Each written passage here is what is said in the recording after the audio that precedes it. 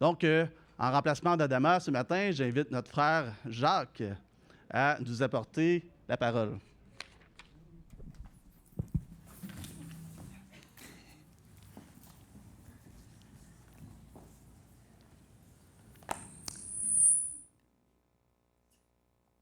Bonjour à tout le monde ce matin. Je ne lui demanderai pas comment ça va comme la dernière fois, comme Adama. Commençons par un mot de prière, si vous voulez bien. Seigneur Jésus, c'est à cause de toi qu'on est ici ce matin. Et encore une fois, on te demande que tu prennes ces quelques pains, ces poissons, et que tu nourrisses la foule. Tu nous connais. Tu nous aimes. Tu sais ce qu'on a besoin. Parle par ton esprit à nos cœurs ce matin. Bénis notre frère Adama. On te prie de le relever rapidement, qu'il puisse continuer de te servir d'un cœur entier, d'un cœur dévoué. Merci pour ta bonté envers nous. Au nom de Jésus. Amen. Amen. Manette. J'ai une question pour vous ce matin. J'aime commencer avec une question. Ça vous met dans le plan. Si tu es marié ce matin, la question que j'aimerais poser, c'est, puis peut-être c'est une question que tu te poses toi-même des fois, espérons que ce n'est pas trop le cas, pourquoi est-ce que j'ai marié cette personne?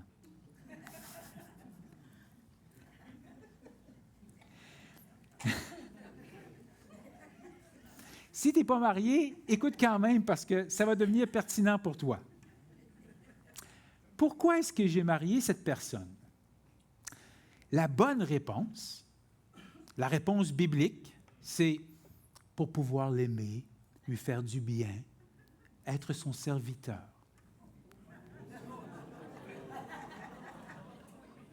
Martine roule des yeux.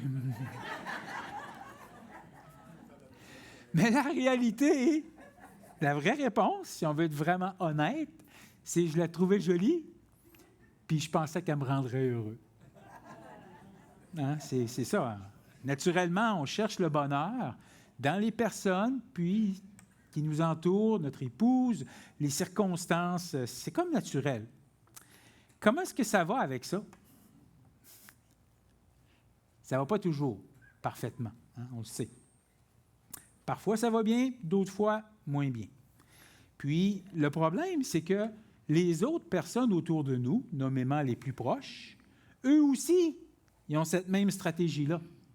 Avec là, on voit qu'il y a des problèmes, hein, des intérêts conflictuels.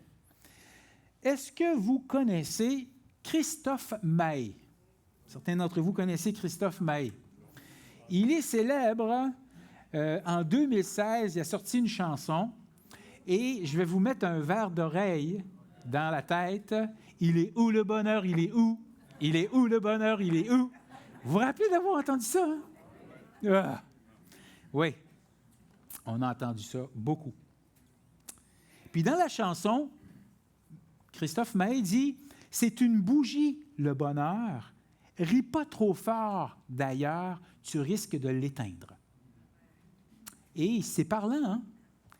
Ça représente vraiment le bonheur tel qu'on le recherche dans le monde. C'est lié aux circonstances, puis à cause de ça, bien, c'est fragile. Mais dans la vraie réalité, si on veut être honnête avec nous-mêmes, il est où le bonheur? Il est où? Sans Dieu, c'est très précaire. Mais avec Dieu, tout est possible. Tout est possible. Et je vous invite, comme on a mentionné, dans le psaume 84, et on va regarder cet aspect-là. Où est-ce qu'on trouve le bonheur? Puis, en Dieu, tu peux te réjouir, parce que le bonheur, tu ne risques pas de l'éteindre. C'est ça la différence.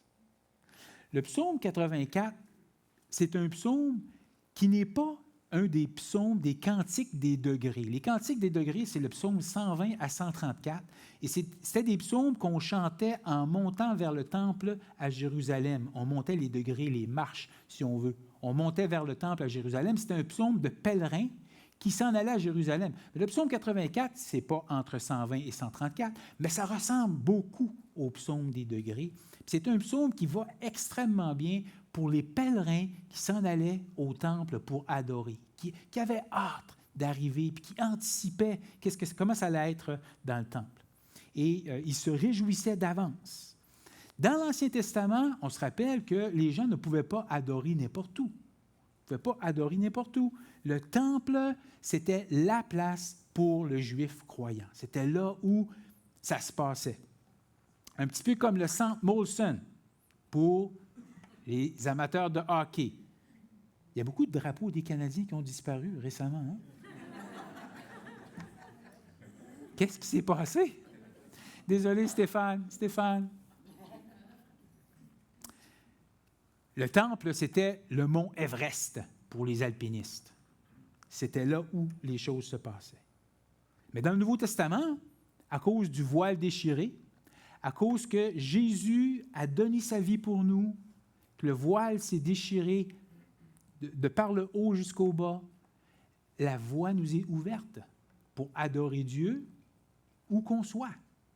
C'est nous le temple maintenant. C'est très différent. Mais malheureusement, si ça fait quelques années que vous êtes chrétien, c'est possible pour nous de prendre pour acquis ça. Qu'on peut accéder à Dieu puis adorer n'importe où. Ça peut être très facile de prendre ça pour acquis. Et il faut qu'on se rappelle qu'il y a des personnes à qui on n'a pas accès facilement. Par exemple, vous voudriez prendre rendez-vous avec un premier ministre, avec un président. Pouvez-vous facilement de même entrer en sa présence?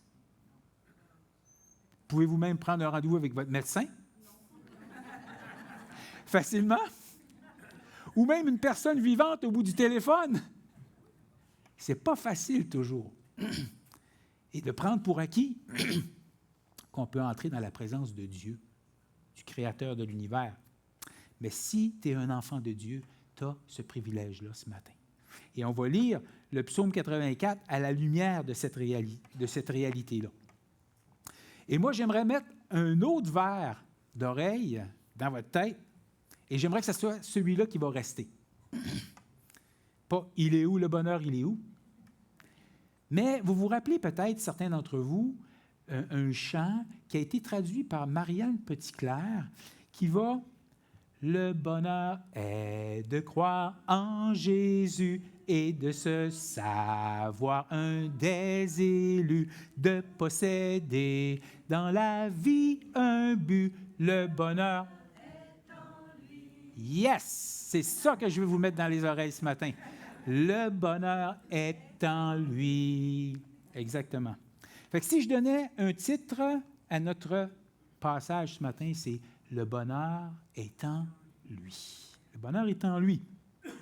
Et dans le psaume 84, on va voir ensemble ce matin que Dieu, il donne un bonheur qu'on ne pourrait même pas imaginer. Premièrement, aux assoiffés.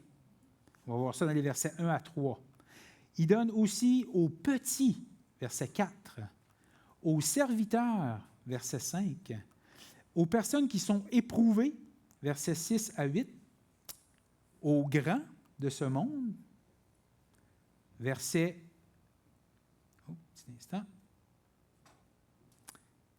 9 à 10, puis aux inconditionnels, versets 11 à 13. On est en dehors du jardin, ça on le sait.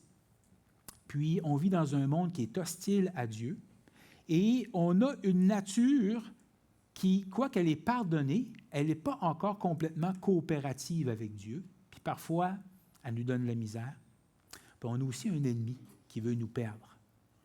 Alors, si on se laisse aller au naturel, on va chercher le bonheur à toutes sortes d'autres endroits et on va être insatisfait, inquiet, on ne sera pas heureux, mais le bonheur est en lui. Premièrement, On va voir au verset 1, on va lire le passage. Au chef des chantres, sur la guitite, des fils de Corée. Psaume. Que tes demeures sont aimables, Éternel des armées. Mon âme soupire et languit après les parvis de l'Éternel. Mon cœur et ma chair poussent des cris vers le Dieu vivant. Le passereau même trouve une maison et l'hirondelle un nid où elle dépose ses petits. Tes autels, Éternel des armées, mon roi et mon Dieu. Heureux ceux qui habitent. Oups, je reviens en arrière, ça marche. Heureux ceux qui habitent ta maison, ils peuvent te célébrer encore. Pause. Heureux ceux qui placent en toi leur appui, ils trouvent dans leur cœur des chemins tout tracés. Lorsqu'ils traversent la vallée de Baca, ils la transforment en un lieu plein de sources, et la pluie la couvre aussi de bénédictions. Leur force augmente pendant la marche, et ils se présentent devant Dieu, à Sion. Éternel des armées, Éternel, Dieu des armées, écoute ma prière. Prête l'oreille, Dieu de Jacob. Pause. Toi qui es notre bouclier, vois, ô Dieu, et regarde la face de ton oint. Mieux vaut, c'est un passage qu'on connaît tous, mieux vaut un jour dans tes parvis que 1000 ailleurs. Je préfère me tenir sur le seuil de la maison de mon Dieu plutôt que d'habiter sous les tentes de la méchanceté. Car l'Éternel Dieu est un bouclier, un soleil et un bouclier. L'Éternel donne la grâce et la gloire. Il ne refuse aucun bien à ceux qui marchent dans l'intégrité. Éternel des armées, heureux l'homme qui se confie en toi. Ce n'est pas difficile de trouver le sujet du psaume. Hein? Verset 5, heureux ceux qui habitent ta maison. Verset 6, heureux ceux qui placent en toi leur appui. 13, heureux l'homme qui se confie en toi. Il est où le bonheur? Il est où? Pour le chrétien, pas dans les circonstances, mais en Dieu. En Dieu. Fait que voyons dans le psaume 84, premièrement, Dieu donne un bonheur insoupçonné aux assoiffés. Et on va voir ça dans les versets 1 à 3. Fait qu'on voit l'anticipation, la joie du pèlerin qui s'approche de Jérusalem puis qui s'apprête à entrer dans le temple pour une des fêtes, par exemple. Puis on peut appliquer cette dynamique-là à un croyant aujourd'hui qui, pour une raison ou une autre, a été malade ou quoi que ce soit, n'a pas pu aller à l'Église pour un certain temps, puis a hâte de se retrouver avec ses frères et sœurs, a hâte de retrouver son Dieu au milieu de l'assemblée. Fait que verset 1, au chef des chants sur la guitite des fils de Corée, psaume. Les fils de Corée, c'était des descendants de Lévi, c'était ceux qui étaient gardiens du temple, puis les musiciens, ceux qui étaient à Jérusalem dans le temple. Verset 2, que tes demeures sont aimables, Éternel des armées. Donc, là où tu habites, Seigneur, c'est beau, c'est désirable, c'est attrayant. J'aime voir. Verset 3, mon âme soupire et languit après les parvis de l'Éternel. Le temps du verbe dans l'hébreu, c'est quelque chose qui est accompli, qui est fait. Donc, autrement dit, c'est que tant que je n'étais pas encore rendu au temple, mon âme, elle soupirait, elle languissait après les parvis de l'Éternel. Mais là, en arrivant, ce qu'on voit, c'est mon cœur et ma chair poussent des cris vers le Dieu vivant. C'est comme, là, la soif de mon âme, je viens de pouvoir boire à grande gorgée, et là, je peux m'écrier au Dieu vivant. Mon cœur s'exclame, il chante, il crie de joie vers toi, Seigneur. Il soupire après les parvis de Dieu, mais en fait, au fond, c'est après Dieu qu'il soupire. C'est le Dieu des parvis qui fait toute la différence. Donc, les fils de Corée sont des amoureux de Dieu.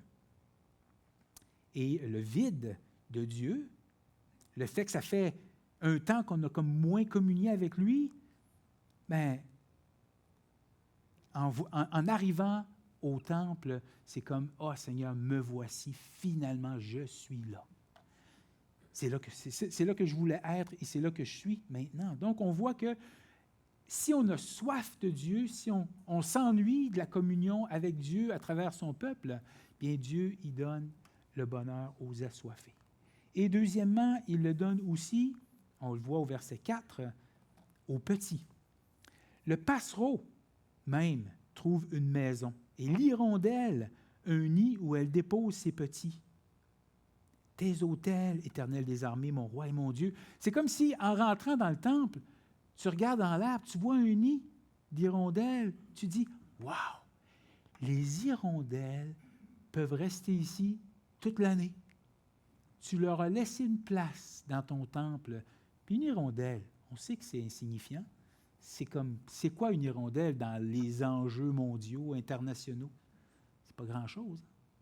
Mais Dieu laisse une place aux hirondelles dans le temple. Les hommes, eux autres, il faut qu'ils partent, qu'ils viennent, qu'ils partent, qu'ils viennent. Puis les hirondelles, eux autres, ils ont une place VIP constamment dans le temple. Qu'est-ce qu'on voit? Dieu y a à cœur, même les petits, ceux qui ont de l'air comme insignifiants, il leur fait une place VIP. J'aime Ésaïe 57,15, car ainsi parle le Très-Haut, dont la demeure est éternelle et dont le nom est saint.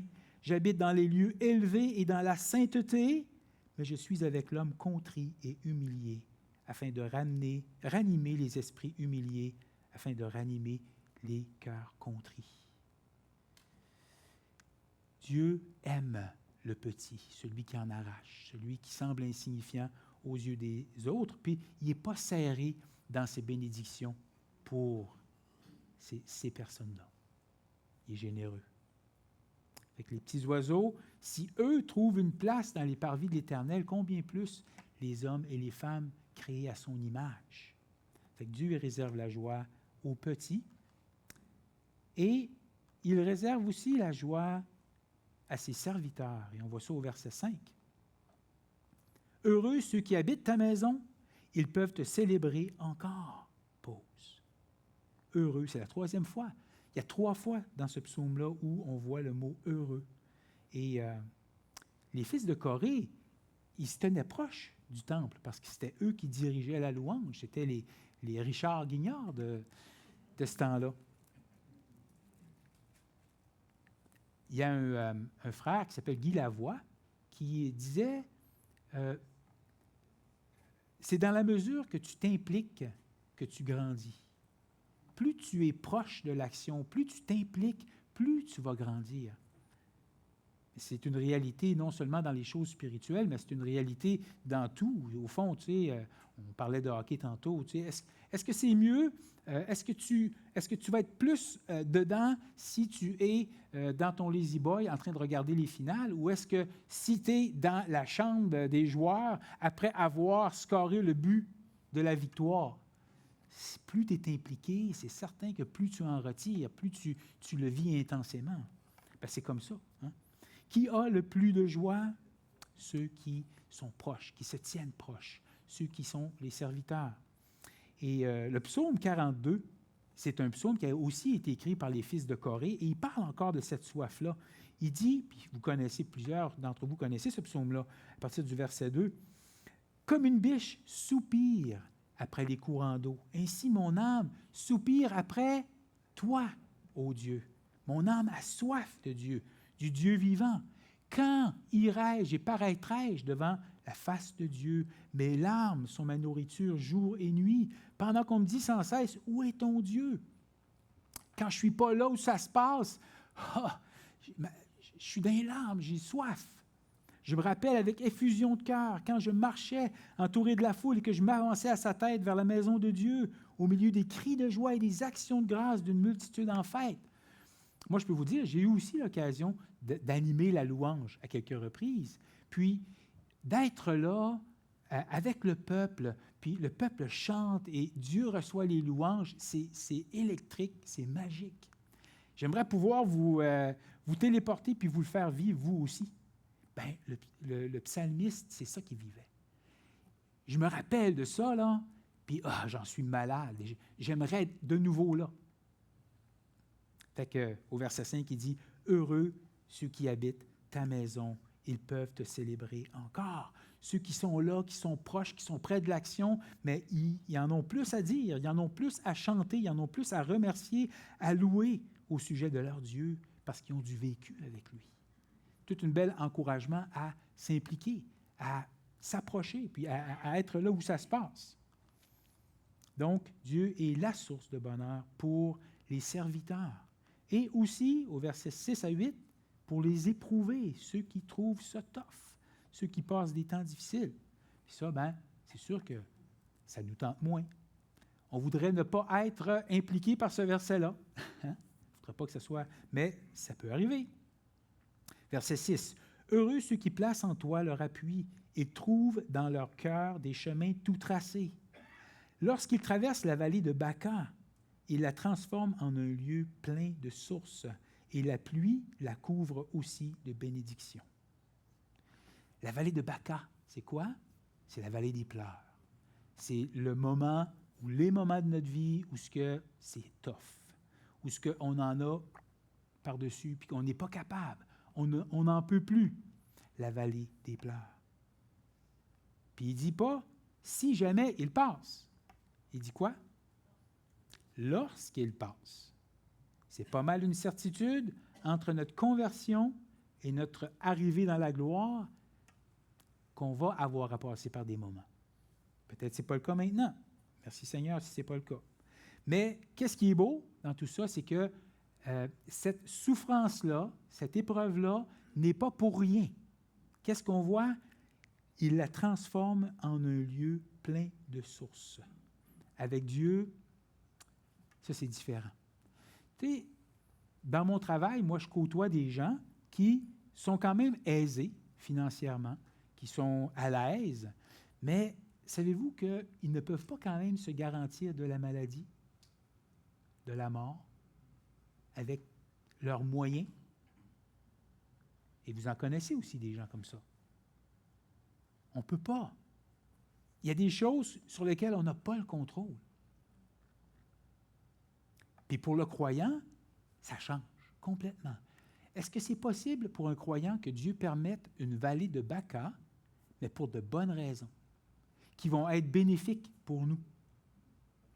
Exactement, exactement. On ne sait pas toujours d'avance comment ça va se dérouler, comment ça va se terminer, mais est-ce que Dieu peut faire, même à travers son peuple aussi, la différence dans ces genres de moments-là? Et vous le savez. Vous l'avez expérimenté probablement pour vous, puis peut-être que vous avez été l'outil par lequel Dieu a fait du bien à quelqu'un d'autre. Leur force augmente pendant la marche et ils se présentent devant Dieu à Sion. Il y a quelque chose de hors de l'ordinaire, d'illogique. Comment le Seigneur peut utiliser les souffrances d'un croyant pour sa gloire, pour qu'on puisse être un encouragement pour d'autres, pour qu'on puisse mieux comprendre d'autres. Puis même peut-être que Satan regarde, puis Dieu, un peu comme avec Job, « As-tu vu mon serviteur? J'aimerais ça te montrer quelque chose, Satan. Il n'est pas pareil comme les autres. Hein? » Fait que si tu es éprouvé, reste connecté à Dieu, à son peuple, parce que ça change tout. Ça change tout. Dieu remplit de bonheur même ceux qui sont éprouvés. Et il remplit de bonheur aussi, versets 9 et 10, les grands. « Éternel, Dieu des armées, écoute ma prière. » Là, il commence à prier, il commence à intercéder. « Prête l'oreille, Dieu de Jacob. » Pause. Qu'est-ce que le psalmiste demande? « Toi qui es notre bouclier, vois, ô Dieu, et regarde la face de ton oint. » Moi, quand je vois le mot oint, tout de suite, je pense Jésus. Mais dans ce cas ici, ce n'est pas exactement ça dont on parle. On parle du roi. On parle du roi qui est loin de l'Éternel. Et qu'est-ce que les psalmistes veulent? Seigneur, bénis notre roi. Bénis notre roi. C'est un peu comme quand le Seigneur il nous demande de prier pour nos autorités, pour nos gouvernements. Bénis notre roi. Pourquoi? Parce que si ça va bien pour le roi, ça risque d'aller mieux pour le peuple. Quand ça va bien dans la vie du roi, ça risque de se répercuter, d'avoir un effet miroir pour le peuple. Puis, les rois, les dirigeants, que ce soit dans l'Église, que ce soit au gouvernement, ils ont besoin de prière.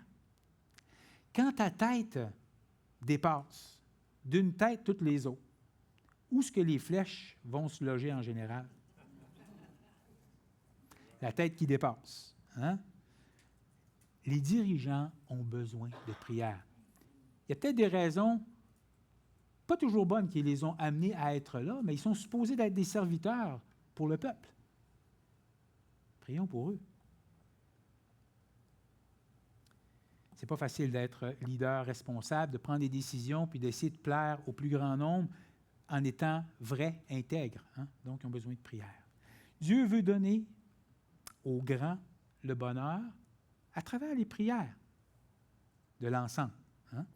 Puis, il veut aussi donner aux inconditionnels un bonheur qu'ils ne pourraient même pas soupçonner.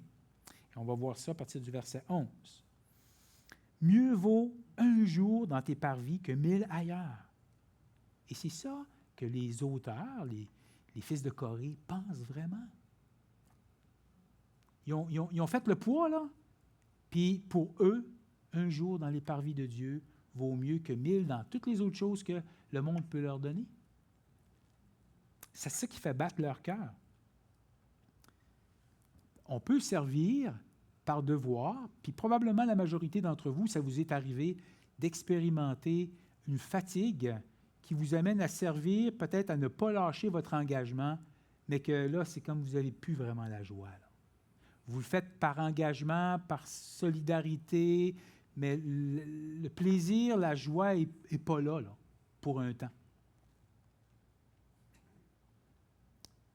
Mais quand les psalmistes écrivent ce psaume-là, là, c'est ça qui fait battre leur cœur. C'est ça qu'ils goûtent, c'est ça qu'ils désirent. C'est quoi qu'ils préfèrent? Bien, c'est d'être dans la maison. Je préfère me tenir sur le seuil de la maison de mon Dieu. Le seuil, au fond, on peut imaginer quelqu'un qui est à la porte puis qui fait rentrer les autres. Jean-Claude. Pour ne nommer personne. Tu n'es pas dedans, tu n'es pas là. Tu es entre deux, tu sers ceux qui entrent et qui sortent. Tu leur fais une belle grosse colle, tu les accueilles, mais tu n'es pas là en train de louer, tu es en train d'ouvrir la porte pour les autres. Mais j'aimerais mieux être là que de jouir, être assis avec les méchants, puis de jouir de ce qui les amuse. Puis, avant ça, peut-être que pour trouver les méchants, il aurait fallu partir physiquement, puis s'en aller dans un mauvais quartier, puis rencontrer des gens qui ont une partie de poker, des choses comme ça. Mais aujourd'hui, là, on peut faire ça dans le confort de notre salon, avec notre petit... C'est facile là, de s'asseoir avec les méchants. Vite fait. Je préfère. Qu'est-ce qu'on devrait désirer, nous autres, en tant qu'enfants de Dieu? Bien, c'est pas juste « je veux trouver ma gang, mes amis », c'est « j'ai soif de rencontrer mon Dieu à travers ma famille, à travers son peuple ». Le dimanche matin, le mercredi à la réunion de prière, durant la semaine, des groupes connexions. J'aime rencontrer des personnes en prenant un café, en allant prendre une marche, échanger, s'encourager, parler de notre Dieu. Le désir de mon cœur. C'est ça. Verset 12. « Car l'Éternel Dieu est un soleil et un bouclier. » Fait que j'ai appris à connaître mon Dieu, puis je vois ça en lui. C'est ça qui représente pour moi la lumière, la vie. C'est lui mon pourvoyeur, c'est lui mon protecteur. Ça parle des bienfaits de Dieu sur toute sa création, puis en particulier pour nous, en tant que croyants. Est-ce que vous pouvez dire, vous, que Dieu, c'est votre protecteur, votre pourvoyeur? Moi, je peux dire que dans ma vie, à certains moments donnés, quand on était à Los Angeles, on l'a vu de façon très, très, très claire, comment Dieu pourvoyait pour nous. Puis vous avez certainement des moments dans votre vie que vous avez vu que miraculeusement, étrangement, Dieu a pourvu pour vous. Il vous a gardé, il vous a protégé. L'Éternel, verset 12 toujours, donne la grâce et la gloire. Il ne refuse aucun bien à ceux qui marchent dans l'intégrité. Il est généreux. Il est fidèle à sa parole. Si c'est bien pour nous, il ne refusera pas de nous le donner. Si ce n'est pas la bonne chose pour l'instant, ce n'était pas bon pour nous. Il ne nous le donne pas tout de suite ou il ne nous le donne pas. Et moi, je me rappelle d'un passage à travers des moments moins faciles qui m'ont aidé, surtout sur l'aspect des inquiétudes financières. Puis c'est un verset que vous connaissez probablement pas mal tous par cœur. Matthieu 6, 33. « Cherchez d'abord le royaume et la justice de Dieu. Et quoi? Toutes ces choses vous seront données en plus. » Solide. C'est solide, ça. Fait comment résumer ce qu'on a regardé ensemble jusqu'à maintenant? Verset 13. « Éternel des armées, heureux l'homme qui se confie en toi. » Comment est-ce que ça s'applique à nous, ça, aujourd'hui? Bien, la plus grande joie qu'on peut expérimenter sur cette planète, on a tous, comment dire, une recherche de la joie et du bonheur, puis c'est pas mauvais. Dieu a mis en nous un certain désir pour la joie. Mais le point, c'est où est-ce qu'on va chercher? Où est-ce qu'on va puiser? Il est où le bonheur? Il est où? Pour le croyant, il est en son Dieu. Puis, on sait que, à cause du fait qu'on n'est pas encore arrivé dans la gloire, qu'on est encore dans l'entre-deux, mais ce n'est pas toujours parfait, ce n'est pas toujours super. On sait tous ça. Mais gardons l'esprit sur les choses qui s'en viennent, puis disons-nous, on est presque arrivé à la maison. On est presque arrivé à la maison. Dans 1 Corinthiens, chapitre 15, il parle de la résurrection des morts, puis il dit, tu sais, ce corps qui se détériore, puis qui tombe malade, puis qui nous donne des bobos, puis c'est raide le matin quand on se lève. Mais, verset 42, 1 Corinthiens 15, « Ainsi en est-il de la résurrection des morts. Le corps est semé corruptible, il ressuscite incorruptible. Il est semé méprisable, il ressuscite glorieux. Il est semé infirme, il ressuscite plein de force. Il est semé corps naturel, il ressuscite corps spirituel. » Puis moi, je vous livre un secret. J'ai été chiropraticien 35 ans. Fait que, tu sais, être avec des gens qui composent avec la douleur, ça a été mon quotidien. Fait que j'ai réfléchi à ça souvent. Je pense qu'il y a un petit secret que je peux vous dire, c'est que en permettant des douleurs puis des bobos de plus en plus majeurs à mesure qu'on avance, le Seigneur est juste en train de nous préparer à avoir plus hâte de le voir. Pas juste parce qu'on veut échapper à la douleur, mais c'est un élément là-dedans aussi. C'est un petit peu comme un poisson rouge qui est dans son bocal dans la cuisine de la maison. Le poisson rouge, il voit quelque part qu'il se passe des choses dans la cuisine, mais est-ce qu'il peut participer de façon active et entière aux conversations, aux enjeux de qu'est-ce qui se passe dans cette maison-là? Il fait partie de la maison, mais c'est comme, il y a un élément qui est encore, il y a un élément qui est inaccessible pour le poisson rouge. Nous sommes des poissons rouges. Il y a des éléments de la réalité qui sont encore inaccessibles pour nous. On capoterait si on pouvait le réaliser pleinement. Une autre illustration. C'est dans le temps de Noël. Vous vous préparez à aller, vous êtes rendu dans la salle de concert pour le concert. C'est quoi le concert qu'on écoute souvent à Noël? Le Messie de Handel, pour les amoureux de musique classique. Et là, il reste 10 minutes avant que le concert commence, et le hautbois donne la note de référence. C'est pas ça, ça c'est un violon, hein? Le hautbois. Il donne le La.